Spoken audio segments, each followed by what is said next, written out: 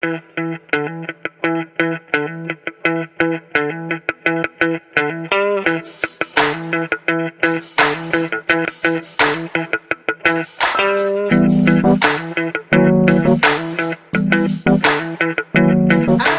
back to the Backstage Live. Yes, we're now on episode 16 and I am back to my regular duties after having Calvin Tan take over for episode 15, which I thank him for. Thank you so much, Calvin, for being a wonderful guest host. But yeah, this is now episode 16 in our two-parter, I guess, because we're releasing 2 episodes today.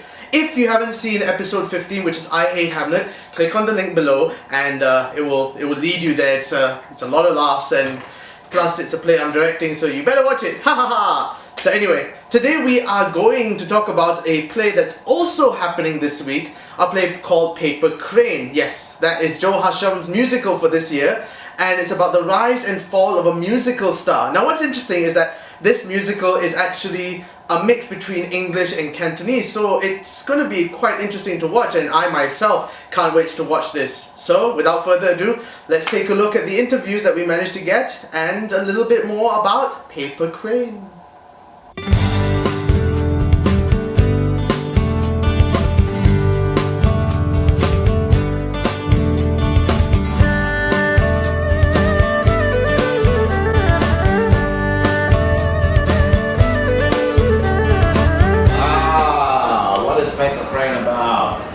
Is ostensibly about a young man who joins an opera troupe and whose ambition is to be the biggest musical star ever. So it follows his journey as he rises, and ultimately, because of drama, he falls. So it's one of those things. I play Lao Ban, or the manager, owner of the opera troupe, and also the father of Fei Mui, who has successfully run the opera troupe for more than 20 years. Fei Mui is his daughter, and when our kid comes to the opera troupe, the Lao Ban, the manager, sees the potential in this young man and sort of encourages him to pursue his dream. My character is, the name is called Fei Mui. And it's called it's a fat girl in English. So, but actually she's not fat. Yeah. And Fei Mui is a pretty, sweet girl who is in love with Akit, and is a daughter of the manager in the opera troupe. The character I'm playing is a guy by the name of Fui Ko. He's a sort of a 40-ish fellow. He is the incumbent superstar of the Chinese opera troupe, and he has been, receiving so much adulation from all his fans, and suddenly Akit, that's the character played by Roax, turns up and begins to nuzzle his way into the opera troupe, and Fuiko, my character, begins to get rather uptight by all this. I shan't say too much more about what happens, otherwise it'll be spoilers. Rehearsals have been stressful, and they have been chaotic, and they have been wonderful, and they have been teary, and they have been funny. So there's a lot of drama, a lot of laughter, quite a number of tears. But from a personal point of view, it's been very encouraging, because working with a lot of young people as well as some really established people, it's wonderful to see them work together and how the older ones are taking the younger ones under their wing. So it's really lovely. Actually, this is my first time in this acting line, and I'm a singer, a classical vocalist, and I do sing contemporary as well. So acting is my first experience in Paper Crane. So at first I really feel very, very nervous about it, but I tried to overcome it. Hopefully we'll getting better after that. Well, the rehearsal process has been very, very smooth. I mean, the ensemble has been working very, very hard, practicing the music, singing and dancing, and tremendous energy. in the rehearsal process, which I hope will translate into a tremendous performance on stage. Originally, as you may know, the play was written in English. And then I thought, whoa, hang on a minute, Joe. As great, as lovely as the play is, and as potentially dramatic and everything that the play is, it won't work in English. So we had to get it. I made the decision, and I must say, not everyone agreed with me, but only the audience will tell.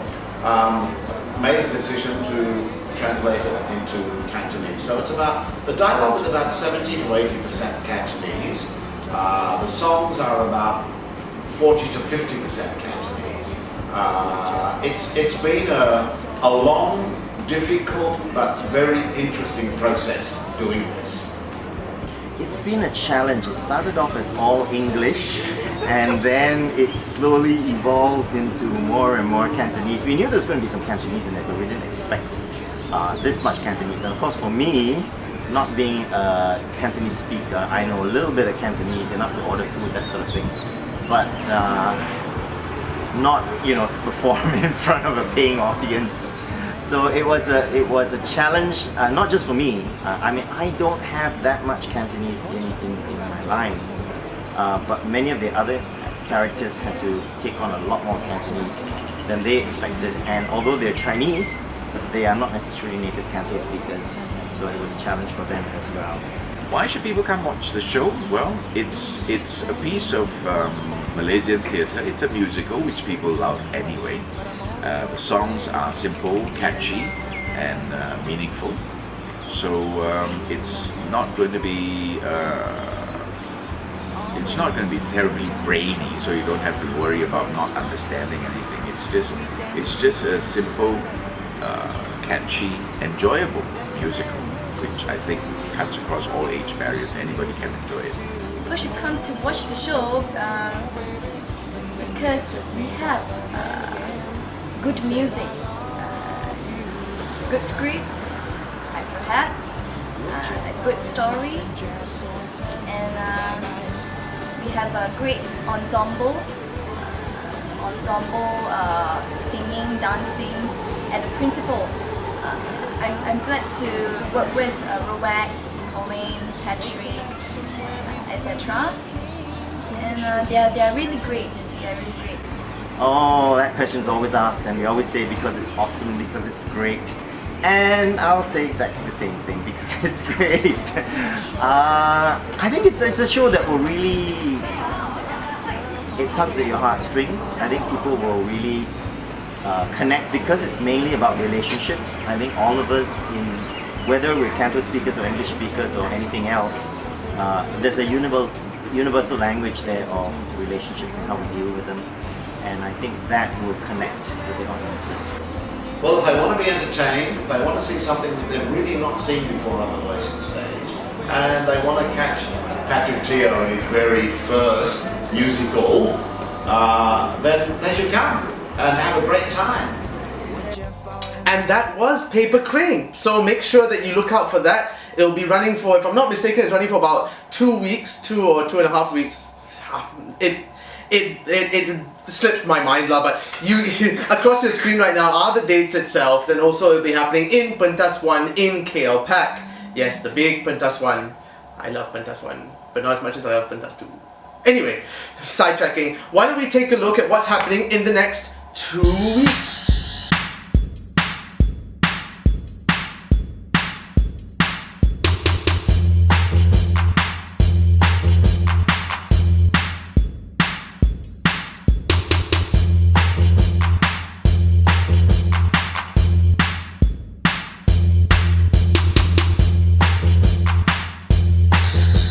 Ooh, it feels good to use that again.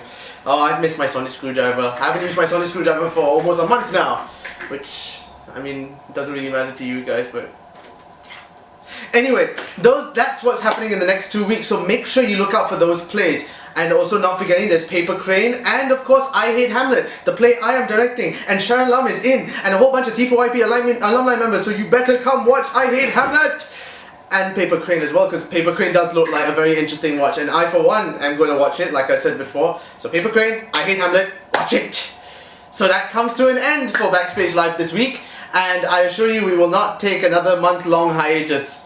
I promise you we'll be back in 2 weeks with another fun-filled episode. I have no idea what we're going to do, but we're going to have a fun-filled episode nonetheless. So until next time, my name is Nick Dorian, and this has been the Backstage Live. See ya, peeps.